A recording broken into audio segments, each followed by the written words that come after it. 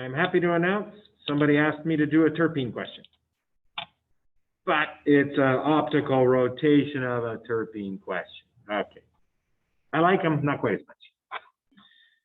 So you got to remember to do these questions that part A and B are up here. Don't skip them. We're supposed to put an asterisk on each stereo center. I'm going to leave it up to you to look at it on the key. And then you're going to do R and S on only 3 stereo centers. Please don't do more than 3. I'm grading the first 3. And I'm stopping. Okay? If you do a 4th one, you're not getting credit for it. 5th, 6th, 7th, 8th, 9th, because you don't have time. Okay? So I'm only, it's going to be 3 on yours, I promise. Do 3 stereo centers. Don't do more than 3. It doesn't hedge your bet. You can't say, oh, in case I get one wrong, I'm going to get it back. No, I'm only grading the first 3. Okay, so I'm leaving that to you because this is the new content over here. Grams are needed for math. I always give milligrams, don't I? Yeah. That's very common in chemistry. Milligrams are like dosages, and grams are what your balance does in the lab. I mean, that's real. You're not allowed to make mistakes with it ever. Seriously, people get hurt when you misdose them. And just treat any time you see milligrams, that's a dose, right? A drug dose. How many grams is that? Oh, don't use that. Don't use that language. She was right. She said 0.5, but that's not going to help you when you're not allowed to use a calculator. 1/2. Half a gram, right? I'll even write grams. After that, I'm not going to write units. As long as you get your milligrams to grams and the path length to decimeters, those are the 2 conversions you got to do first. So it's always in centimeters. I never change that because that's very normal. You have to remember there's 10 centimeters in a decimeter. So how many decimeters is it? How many tens is it? 4. Now you're ready. You set up the specific value for the observed rotation by dividing the actual lab value. I should put all the stuff that's given straight off the question in black. Over the grams divided by the milliliters, because that's how we do concentration on these things. And it's 10 milliliters straight from the question. Times the path length. You can always do it over 1 just to make, you know, some people, they like the math better. And we'll just change the color on the 4 to a purple.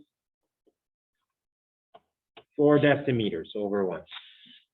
There's some simplifying I can do. 4 times 1/2 is an easy simplification, right? What do you got? 2 becomes a 1. 4 becomes a 2. Now you can do the 6/2, right? 6/2. 6 becomes a 3. Oh. 2 becomes a 1.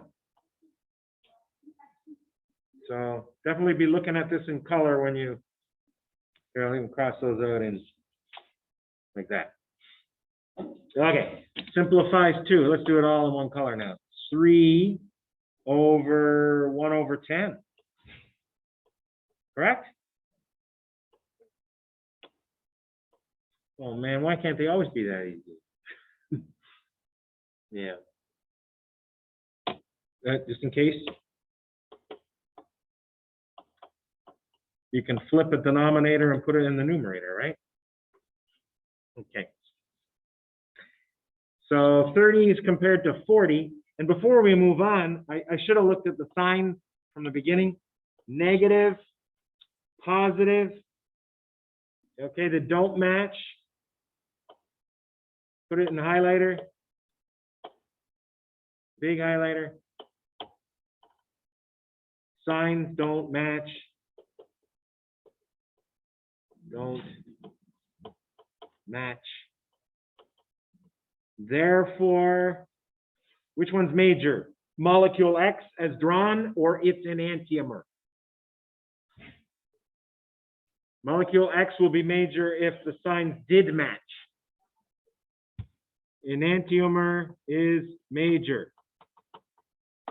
Good to know. No math needed.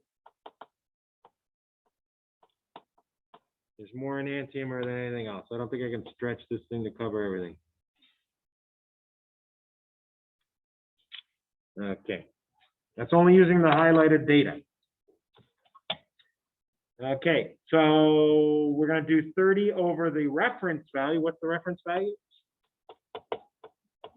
-40, that's right. You take the absolute value of 30, which is the standard lab value. I got my straightener on, don't I? Over my lab value, no, my reference value, sorry, times 100. Same as 3 over 4, right? Times 100.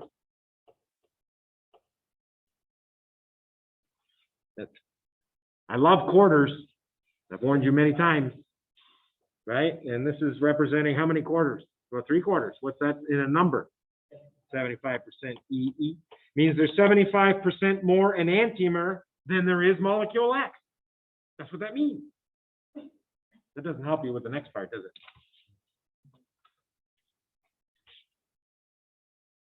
(75% enantiomer), and the other 25%, thank you. The number one mistake there I see students make is they say 25% minor.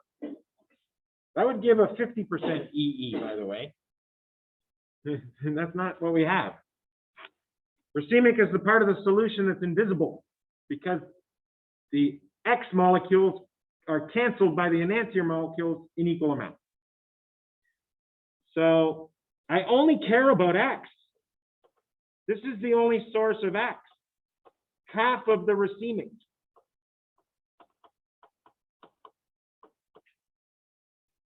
Half of the racemic. Yeah. If you want the full analysis, you know, we get 12.5% more major enantiomer, which gives 87.5, but I wasn't asked about that. Hey, what's 87.5 minus 12.5? Take a wild guess. 75% EE. 87.5 minus 12.5. That's a good way to check your work. Okay. And now I need to know what 12% of 500 milligrams is. 500 milligrams total. A lot of students don't like what I do now. 12.5 is easy math. Just break it down to 10, 1, 1. You're up to 12 and 0.5. And look how easy the numbers are. 50, 5, 5. What's half of 5? 2.5. That wasn't earth-shattering, was it? Add those all up. You got 12.5% on the left, which we already knew. And I got 62.5. Is that right? That's not percent. That's grams. Milligrams. Sorry.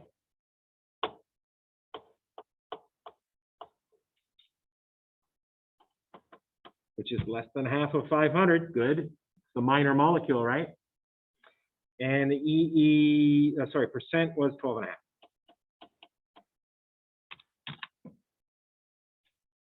There you go. And if you look at most semesters, this question in the short answer will be either a match or a mismatch. And in the multiple choice, the same numbers, but the signs will be the opposite. The one semester I made that mistake was fall 21, and it was exactly the same question both times. So you're just getting more extra credit for doing the work on this one and going back to the multiple choice. Okay? Because it asks you to pick the right answers. Yours will probably be back to normal. So if the multiple choice, the signs match, then in the short answer, they won't. If in the multiple choice, the signs don't match, then in the short answer, they will.